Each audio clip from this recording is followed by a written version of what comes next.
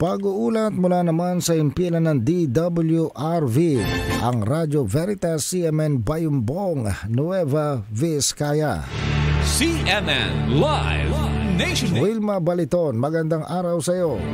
Nabigyan ng 21 katao na mga amputee o mga putol ang paa ng libreng artificial leg upang makalakad ang mga ito na hindi na gumagamit ng saklay o wheelchair mula sa probinsya ng Nueva Vizcaya. Sila lamang ang una sa 80 benepisyaryo ng nasabing programa.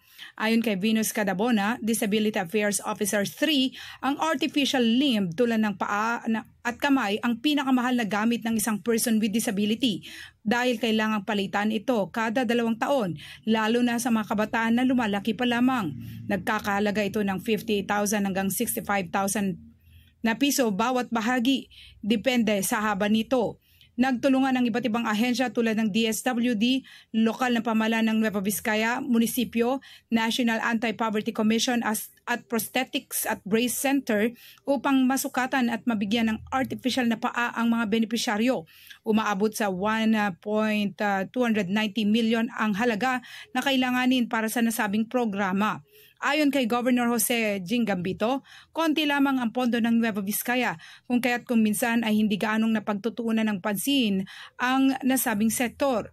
Gayunpaman nangako ito na mabibigyan ng karagdagang tulong ang nasabing grupo.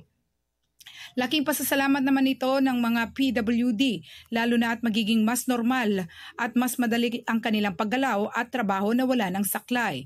Idinagdag naman ni Ginang Cadabona na maliban sa prosthetics, tuloy-tuloy naman ang pamimigay ng saklay at wheelchair para sa mga nangangailangan na laging nakahanda dahil mas mura umano ito kaysa sa mga prosthetics. Maraming salamat. RBCMN Nueva Vizcaya, ito si Wilma Baliton. Para sa CMN Pilipinas, lakas ng katotohanan.